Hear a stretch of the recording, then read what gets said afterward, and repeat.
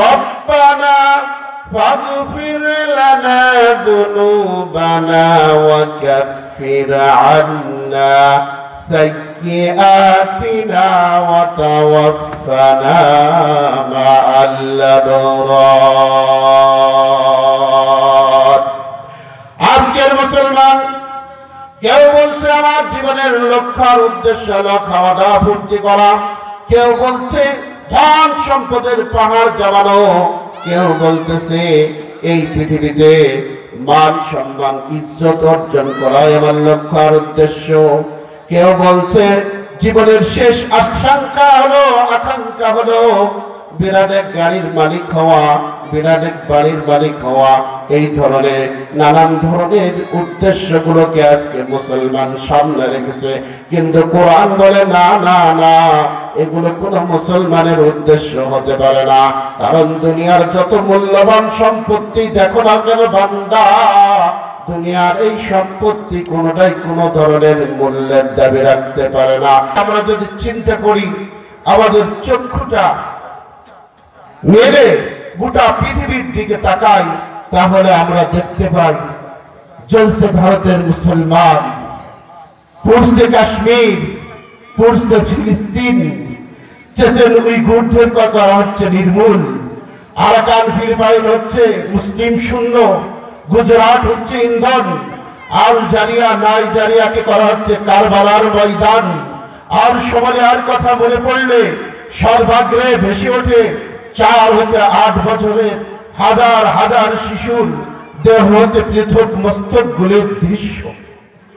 বাংলার মতো জমিন, যে জমিনের প্রতিটি পরত থেকে কালিমার গন্ধ বের হয়ে আসে, যে জমিনের প্রতিটি পরতে শুয়ে আছে হাজারো লক্ষ আউলিয়া কেরাম, যে দেশে ইসলামের পতাকা উড্ডীন করেছেন শাহজালাল ইয়ামানি মুজাররদ রাহমাতুল্লাহি আলাইহি, খানজাহান আলী, শাহপরান, শাহ মাকদুম, এভাবে হাজারো ওলামায়ে কেরামের শ্রম আর চোখের পানিতে এদেশের জমিন হয়েছে সিক্ত।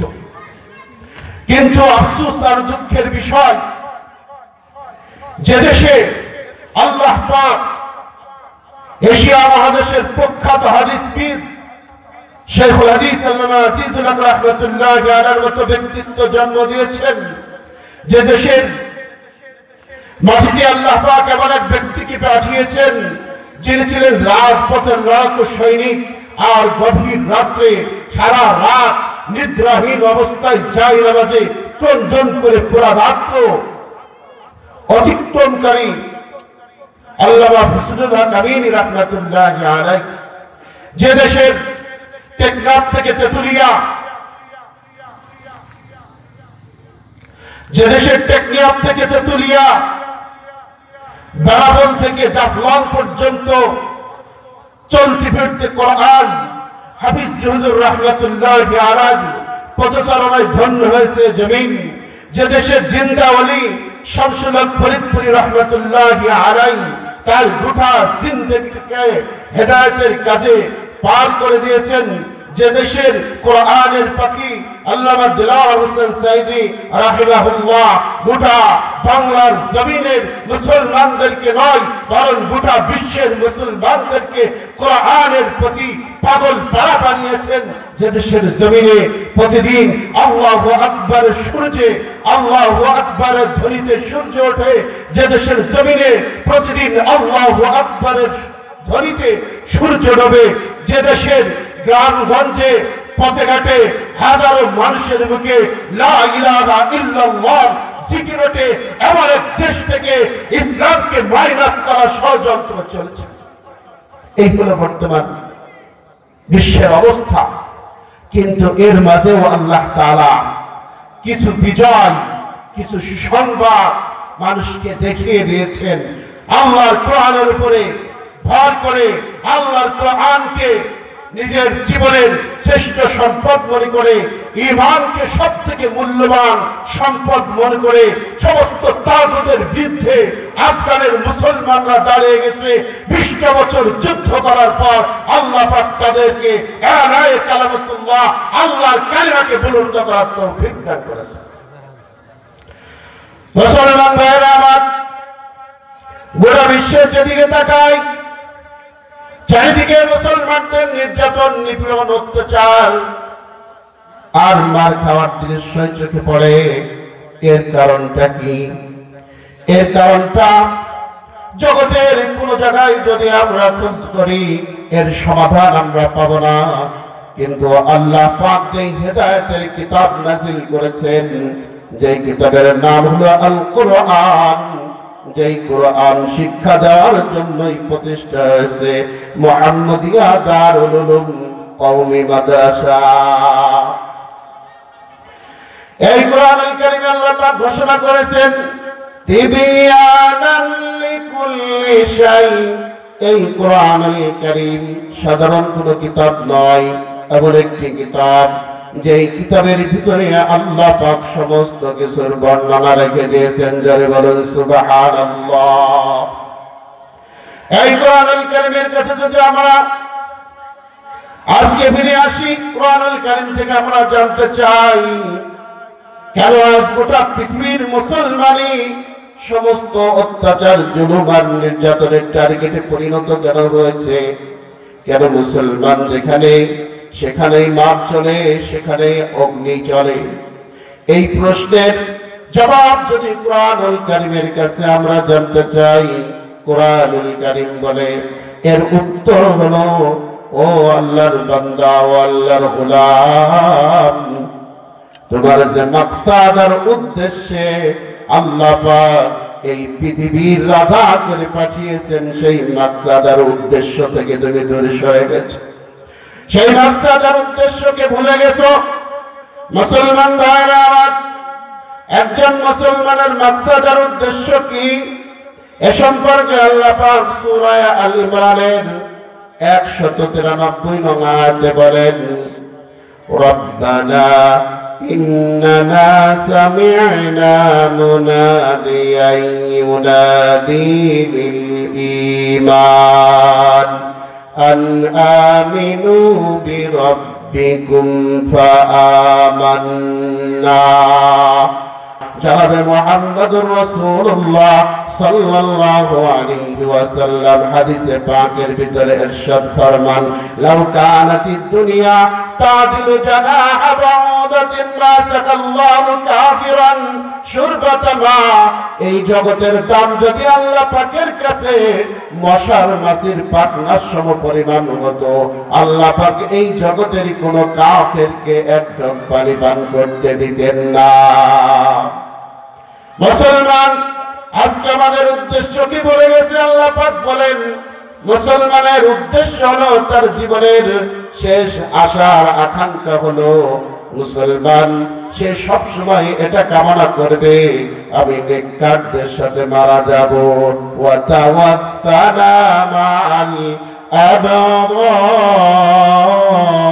আবরার। মুসলমানের শেষ আশঙ্কা, শেষ আশা এটা যে আমি নেককারদের সাথে মারা যাব। তাফসীরের ভিতরে আসছে আসলে নেককারদের সাথে মারা যাব এমন না হয়ে তো বলার দরকার ছিল নেককার হয়ে আমি মারা যাব, নেককার হয়ে আমি মারা যাব। তাফসীরের ভিতরে আসছে নেককার হয়ে মারা যাব, এটা মুসলমানের শেষ আশা না বলে আল্লাহ পাক বলেছেন নেককারদের সাথে মারা যাব। কারণটা কি? তাফসীরের ভিতরে আসছে যে আল্লাহ পাক বান্দাকে তাওয়াজু, বিনয়, নম্রতা, নিজেকে মিটাই দেওয়া শিক্ষা দিয়েছে। মুসলমান আমরা বুঝতে পারলাম আমাদের জীবনের চূড়ান্ত আশা আর আকাঙ্ক্ষা হতে হবে নেককার হয়ে মারা যাওয়া। কি হয়ে বলেন? গাড়ির মালিক হয়ে, বাড়ির মালিক হয়ে, জমিনের মালিক হয়ে, ক্ষমতার মালিক হয়ে, ইজ্জতের মালিক হয়ে, বলেন কি, বলেন কি? নেককার হয়ে মারা যায়। নেককার হয়ে মারা যেতে হবে। তাহলে আমাদের করতে হবে নেক কাজ। নেক কাজ কি? এর বিস্তারিত একটা বিবরণ আল্লাহ পাক সূরাতুল বাকারার 177 নং আয়াতে আল্লাহ পাক এভাবে বলেন, লাইসাল বিররা আন তুওয়াল্লু বুজুহাকুম কিবালাল মাশরিকি ওয়াল মাগরিব ولكن البر من آمن بالله واليوم الآخر والكتاب والنبيين وآتى المال على حبه ذوي القربى واليتامى والمساكين وابن السبيل والسائلين وفي الرقاب وأقام الصلاة وآتى الزكاة والموفون بعهدهم إذا عاهدوا والصابرين في البأساء والضراء وحين البأس أولئك الذين صدقوا وأولئك هم المتقون الله أكبر ولد আল্লাহ পাক বলেন পশ্চিম দিকে মুখ করা বা পূর্ব দিকে মুখ করার ভিতরে কোনো নেকি নাই কিন্তু এই যে একটা প্রশ্ন আসে মুসলমান আমরা যখন নামাজে দাঁড়াই তখন আল্লাহ পাক আমাদেরকে বলেছেন কিবলার দিকে মুখ করে দাঁড়াও যেখানেই তোমরা নামাজে দাঁড়াও সেখানেই কিবলার দিকে মুখ করে দাঁড়াও আমাদের কিবলা বাংলাদেশ থেকে হলো পশ্চিম দিকে মুখ করলে সওয়াব আছে না নাই বলেন সওয়াব তো আছে কিন্তু আল্লাহ পাক কেন বললেন লাইসাল বিরু আন তুওয়াল্লু বুজুহাকুম কিবালাল মাশরিকি ওয়াল মাগরিব পূর্ব দিকে মুখ করাতেও কোনো সওয়াব নাই পশ্চিম দিকে মুখ করাতেও কোনো সওয়াব নাই অথচ আমরা দেখছি আমাদের বাংলাদেশ থেকে কিবলা হলো পশ্চিম দিকে বান্দা যখন মুখ করে দাঁড়াবে আল্লাহ পাকের হুকুম মানা হবে আল্লাহ পাক তার আমল নামায় নেকি আর সওয়াব লিখতে থাকবেন কিন্তু আল্লাহ পাক কেন এটা বললেন এটা বলার কারণ হলো খুব সংক্ষেপে বলি নবীজি সাল্লাল্লাহু আলাইহি ওয়াসাল্লাম নবুয়ত পেয়েছেন মক্কাতুল মুকাররমায় কোথায় পেয়েছেন বলেন আর নবীজি সাল্লাল্লাহু আলাইহি ওয়াসাল্লামের নবুয়তের মিশন কোন জায়গায় থেকে শেষ হয়েছে বলেন মদিনাতুল মুনাওয়ারা নবীজি সাল্লাল্লাহু আলাইহি ওয়াসাল্লাম যখন মক্কায় ছিলেন তখন নামাজ পড়তেন এমন ভাবে নবীজি সাল্লাল্লাহু আলাইহি ওয়াসাল্লামের সামনে থাকতো খানায়ে কাবা সামনে থাকতো বাইতুল আকসা আজকে বাইতুল আকসা তো ইহুদিরা দখল করেছে অথচ এই বাইতুল আকসায় নবীজি সাল্লাল্লাহু আলাইহি ওয়াসাল্লামকে আল্লাহ পাক যে রজনীতে মেরাজের দ্বারা সম্মানিত করেছিলেন ওই রাত্রে নবীজি সাল্লাল্লাহু আলাইহি ওয়াসাল্লামের সম্মানার্থে সমস্ত নবী এবং রাসূলের ইমাম বানানোর জন্য সমস্ত পয়গম্বরদেরকে আল্লাহ তাআলা মসজিদে আকসায় উপস্থিত করেছিলেন এই মসজিদে আকসা ইহুদিদের নয় এই মসজিদে আকসা সমস্ত পয়গম্বর আলাইহিস সালাতু ওয়াস সালাম নবী সাল্লাল্লাহু আলাইহি ওয়াসাল্লাম যখন মদিনাতুল মুনাওয়ারায় চলে আসলেন আল্লাহ পাকের হুকুম কিবলা হলো বাইতুল মুকাদ্দাসের দিকে ফিরে নামাজ আদায় করতে হবে নবী সাল্লাল্লাহু আলাইহি ওয়াসাল্লাম বাইতুল মুকাদ্দাসের দিকে ফিরে নামাজ আদায় করেন কাবায়ে মুকাররমার দিকে আর ফেরার তৌফিক হয় না নবী সাল্লাল্লাহু আলাইহি ওয়াসাল্লামের দিলে বড় আশা জাগলো যেই ঘরকে আল্লাহ তাআলা পৃথিবীর সর্বপ্রথম ঘর বানাইছেন যেই ঘর সম্পর্কে আল্লাহ তাআলা কুরআনুল কারীমের ভিতরে ঘোষণা দিয়েছেন ইন্না আউওয়ালা বাইতিন বুদিয়া লিন-নাস সর্বপ্রথম ঘর বানানো হয়েছে খানায়ে কাবা আর যেই খানায়ে কাবা হলো গোটা পৃথিবীর টিকে থাকার মাধ্যম সেই কাবার দিকে তো আর মুখ করা যায় না নবী সাল্লাল্লাহু আলাইহি ওয়াসাল্লামের হৃদয়ে বারবার আকাঙ্ক্ষা জাগে আল্লাহ পাক যদি কাবার দিকে কিবলার হুকুম দিয়ে দেন কতই না বলার আকাশের দিকেও তাকান শেষ পর্যায়ে আল্লাহ পাক 16 বা 17 মাস পর হিজরতের 16 বা 17 মাস পর নবীজির কাছে আদেশ পাঠালেন তুওয়াল্লু বুজুহাকুম কিবালাল মসজিদিল হারাম তোমরা তোমাদের চেহারাকে যখন নামাজে থাকো, নামাজ আদায় করার জন্য দাঁড়াও, তখন তোমাদের চেহারাকে খানায়ে কাবার দিকে ফেরাও। খানায়ে কাবার দিকে যখন নবীজি সাল্লাল্লাহু আলাইহি ওয়াসাল্লাম ফিরালেন তার চেহারা, তখন ইহুদিরা বললেন মুহাম্মদের ধর্মের কোনো ঠিক নেই, সে দিন নিয়ে অস্থিরতার ভিতরে ভুগছে। এতদিন আমাদের কেবলার দিকে নামাজ আদায় করতে, এখন হিংসার বিদ্বেষ বশত কাবার দিকে ফিরে নামাজ আদায় করছে। মুহাম্মদের ধর্মের কোন স্থিরতা নেই। কিন্তু মুসলমান এখানে বুঝতে হবে, বাইতুল মুকাদ্দাসের দিকে মুখ করে না কোনো সওয়াব আছে, না খানায়ে কাবার দিকে মুখ করে কোনো সওয়াব আছে, না অন্য কোনো দিকে মুখ করার ভিতরে কোনো সওয়াব আছে। সওয়াব তো তখনই হবে যখন আল্লাহ পাকের হুকুম হবে।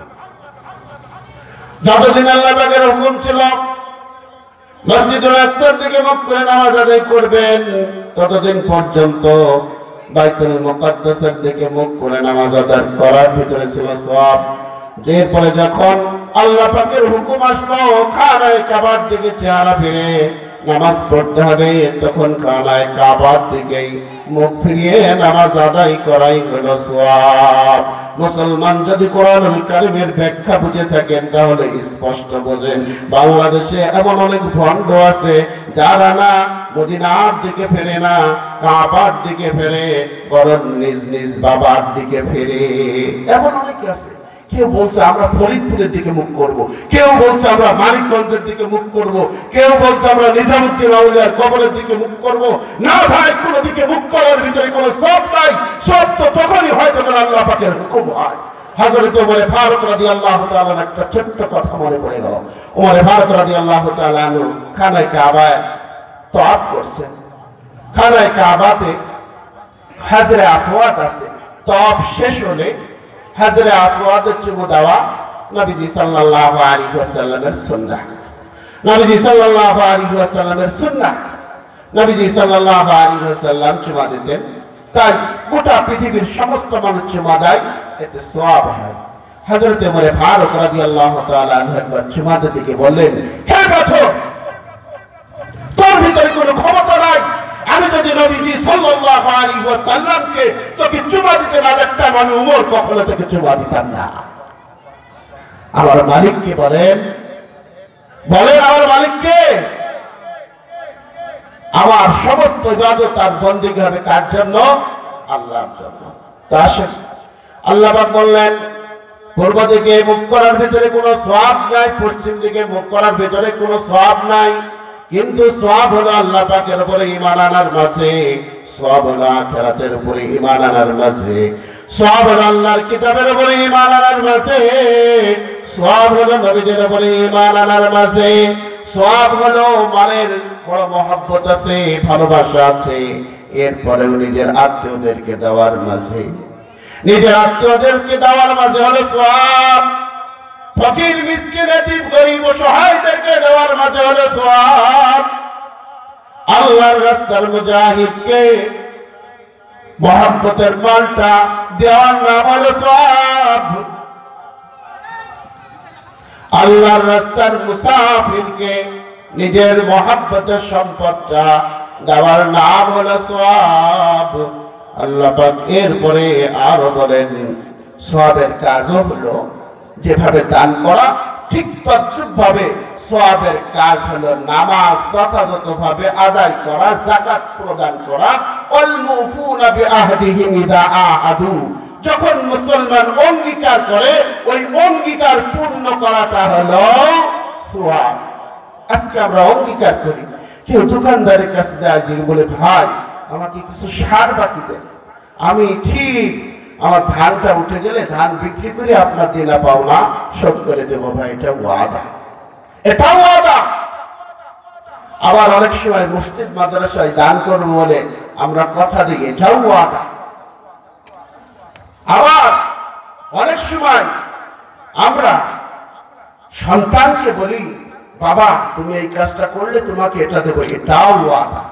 ওয়াদা চাই দ্বীনি লাইনে হোক, চাই দুনিয়াবি লাইনে হোক, চাই মুসলমানের সাথে হোক, চাই বেঈমানের সাথে হোক, যার সাথেই ওয়াদা হোক না কেন, ওয়াদা পূর্ণ করলে এতে আছে সওয়াব। আল মুফুনা বিআহদিহিম ইযা আহাদু। আল্লাহ পাক বলেন নেকির কাজ হলো যখন অঙ্গীকার করা হবে সেই অঙ্গীকার পূর্ণ করলে হবে সওয়াব। ওয়াসাবিরিনা বিল বাসাই ওয়াদ দাররাই ওয়া হিনাল বাস। আল্লাহ পাক বলেন নেকির কাজ হলো অভাব অনটন যখন আসবে তখন ধৈর্য ধরা হবে। আর কিন্তু আমাদের অবস্থা কি জানেন? আমাদের অবস্থা হলো খেতে ফসল ভালো হয়েছে, বাগানে ফল ভালো হয়েছে, গাভীতে দুধ ভালো দিচ্ছে, সন্তান আদি লেখাপড়াই ভালো হয়েছে, ভালো চাকরি করছে, আমি বুক ফুলায় বলি আল্লাহ পাক আমাকে খুব ভালোবাসে। আছে নাকি নাই বলেন? আল্লাহ পাক খুব ভালোবাসে। কিন্তু আল্লাহ আছে ফসল করেছে, বৃষ্টিতে ডুবে গেছে, আল্লাহ তাআলার দিকে আসমানের দিকে ঝাঁটা ফিকে মারে এমন মুসলমান আছে না নাই? এমন হলে চলবে না। আল্লাহ পাক বলেন নেকির কাজ হলো ওয়াসাবিরিনা ফিল বাসা ওয়াদ দাররা। অভাব অনটন আসলেও ধৈর্য ধরতে হবে, রোগ ব্যাধি আসলে ধৈর্য ধরতে হবে। কিন্তু আমরা বলি কি আল্লাহ কি আর কাউকে দেখলো না, রোগটা আমারই দিল, রোগটা আমার দিল, বলে কি বলে না বলেন? মুসলমান ভুল বুঝবেন না। আমরা যখন শুনি আন্দুলবাড়িয়া নিবাসী আব্দুল্লাহর বাপ আব্দুর রহমান আজ বেলা 1টার সময় মারা গেছে, ইন্না লিল্লাহি ওয়া ইন্না ইলাইহি রাজিউন। আমরা বলি কি বলি না বলেন? কি বলি ভাই? ইন্না লিল্লাহ। আমরা আল্লাহর জন্য, আমরা কার? আমরা কার? ওয়া ইন্না ইলাইহি রাজিউন। ওই আল্লাহর কাছে আমরা প্রত্যাবর্তনকারী, ওই আল্লাহর কাছে আমরা ফিরে যাব। আল্লাহ পাক আমার হাত দিয়েছে, এই হাতের মালিক আমি নাকি বলেন? আমি। চোখ দিয়েছেন, এই চোখের মালিক আমি না। পা দিয়েছেন, পায়ের মালিক আমি না। আল্লাহ পাক অনেক নিয়ামত রাজি আমাকে দিয়েছেন, কোনটার মালিকানা আমাকে দেন নাই। এই জন্য ইচ্ছা করলে আমার হাতটা আমি কেটে ফেলতে পারি না, ইচ্ছা করলে আমার চোখটাকে আমি অন্ধ করে দিতে পারি না, ইচ্ছা করলে আমার চোখ যা ইচ্ছা তাই দেখাতে পারি না। এছাড়া ভাই বিপদ আবাদ মুসিবত আসলে, অভাব অনটন আসলে ধৈর্য ধরতে হবে, ধৈর্য ধরতে হবে। আল্লাহ তাআলা ধৈর্য ধারণকারীকে বড় পছন্দ করেন। এই জন্য নবীজি সাল্লাল্লাহু আলাইহি ওয়াসাল্লাম হাদিসে পাকের ভিতরে ইরশাদ করেন আস-সাবরু সাওয়াবুহু আল জান্নাহ। নবীজি সাল্লাল্লাহু আলাইহি ওয়াসাল্লাম বলেন সবরের প্রতিদান হলো জান্নাত। সবরের প্রতিদান কি বলেন? জান্নাত। জান্নাত কি জিনিস জানেন? আল্লাহ পাক বলেন ওয়ালাকুম ফিহা মা তাশতাহি আনফুসুকুম ওয়ালাকুম ফিহা মা তাদউন নুজুলাম মিন গফুরির রহিম। জান্নাত হলো এমন এক জিনিস, তোমার মনে যা চাইবে তুমি তাই পাইবে, তোমার যা দাবি হবে তোমার সেই দাবি পূর্ণ করা হবে। কেননা এই জান্নাত হলো গফুরুর রহিমের পক্ষ থেকে মেহমানদারির স্থান। সুবহানাল্লাহ বলবেন না?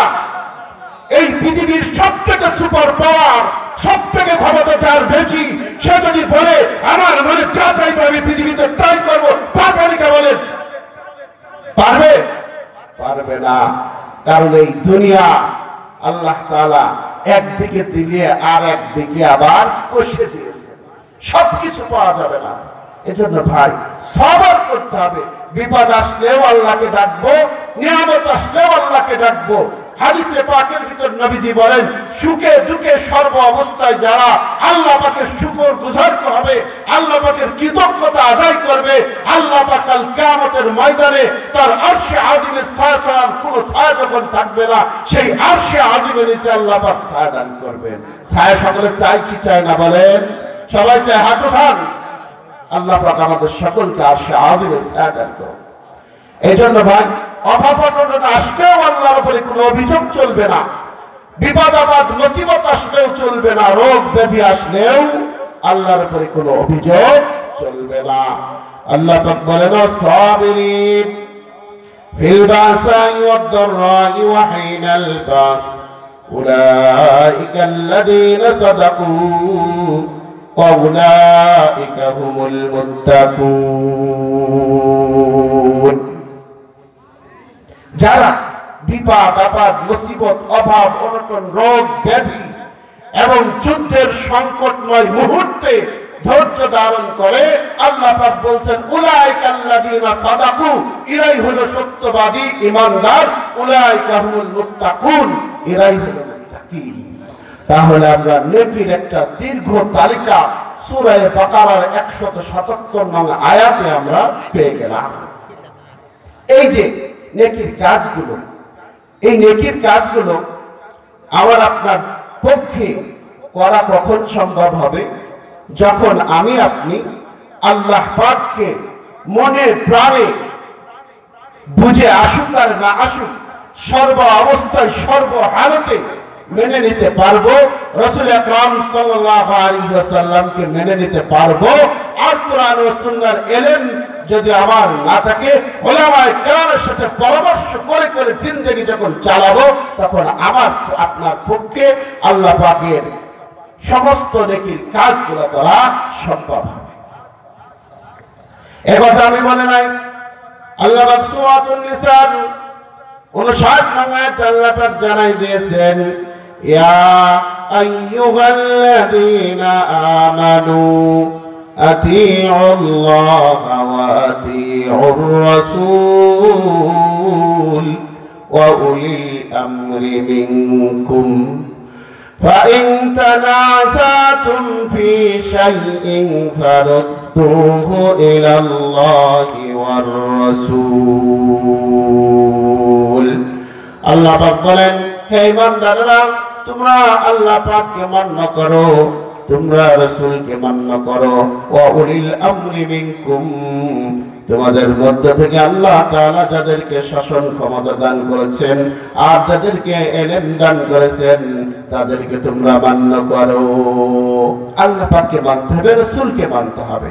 আল্লাহ পাকের মানাটা আমার জন্য সহজ হবে যখন আল্লাহ পাকের নিয়ামতগুলো নিয়ে আমি চিন্তা করব, যখন রাসূলের দয়ার মায়া আমার উপরে কি পরিমাণ আছে এটা যখন আমি বুঝবো, তখন রাসূলকে মানাও সহজ হয়ে যাবে।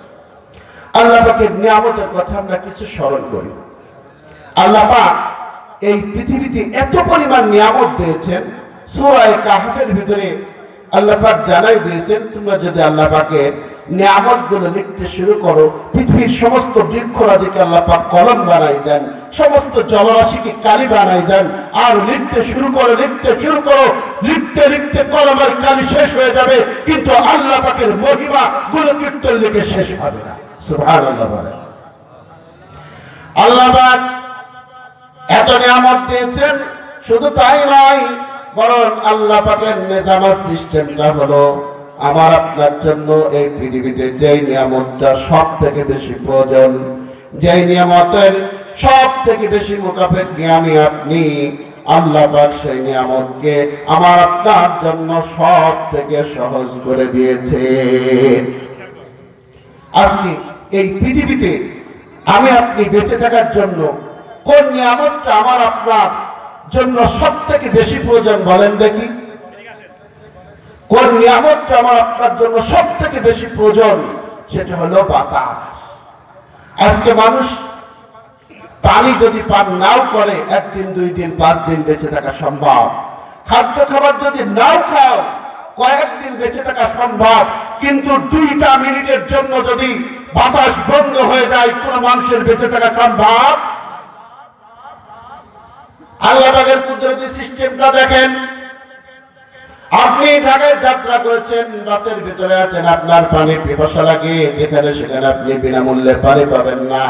এই ধরনের পানির বোতলগুলোকে আপনাকে পয়সা খরচ করে কিনতে হয়। আপনার খাদ্য দরকার, টাকা খরচ করে কিনতে হয়। সবসময় আপনার টাকা নাও থাকতে পারে, সবসময় আপনি বেচনেওয়ালা বিক্রেতাকে নাও পাইতে পারেন। এজন্য আল্লাহ পাক পানি ছাড়াও আপনার জীবন চালান, আল্লাহ পাক খাদ্য ছাড়াও আপনার জীবন চালান, কিন্তু আল্লাহ পাক আপনার জন্য সব থেকে বেশি জরুরি করে দিয়েছেন বাতাস। রাত দিন 24 ঘন্টায় মানুষ কয়বার বাতাসের মুখাপেক্ষী হয়? 24,000 বার মানুষ বাতাসের মুখাপেক্ষী হয়।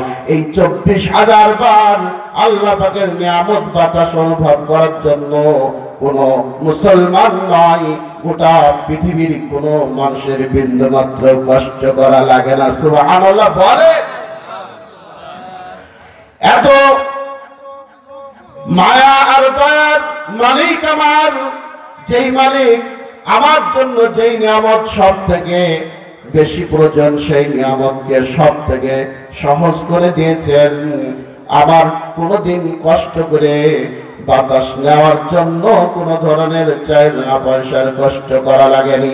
জমিনে থাকলেও পাই, আকাশে থাকলেও পাই, গাড়িতে থাকলেও পাই, ঘরের ভিতরে থাকলেও পাই। ল্যাপটা শীতের দিনে মাথার উপরে টেনে দিয়ে ঢেকে দিলেও আল্লাহ পাক বাতাস পৌঁছাই দেয়। ঠিক না বেটি? আল্লাহ পাক এত দয়ালু, এত মায়া, যে রব আমার প্রতি করেন সেই রবকে আমি মানব না, এটা কখনোই হতে পারে না। মুসলমান, আল্লাহ পাক যেমন বান্দার প্রতি দয়া করেছেন, মা করেছেন, আল্লাহর নবী জনাবে মুহাম্মদুর রাসূলুল্লাহ সাল্লাল্লাহু আলাইহি ওয়াসাল্লামের দয়াটাও কোনো অংশে কম নাই। বিরাট দয়ার মায়া নবীজির আমাদের প্রতি আছে। একটি ঘটনা শোনাবো। গোটা বিশ্বের দায়ী, দাওয়াতের জগতের তারকা, দাওয়াতের জগতের তারকা আল্লামা তারিক জামিল দামাত বারকাতুহুম, তারা বয়ানের ভিতরে নবীজি সাল্লাল্লাহু আলাইহি ওয়াসাল্লামের একটা ঘটনা উল্লেখ করেছেন। একদিন নবীজি সাল্লাল্লাহু আলাইহি ওয়াসাল্লাম হযরত ফাতিমাতুজ জাহরা রাদিয়াল্লাহু তাআলা আনহার বাড়িতে গেলেন। যাওয়ার পর হযরত হুসাইন রাদিয়াল্লাহু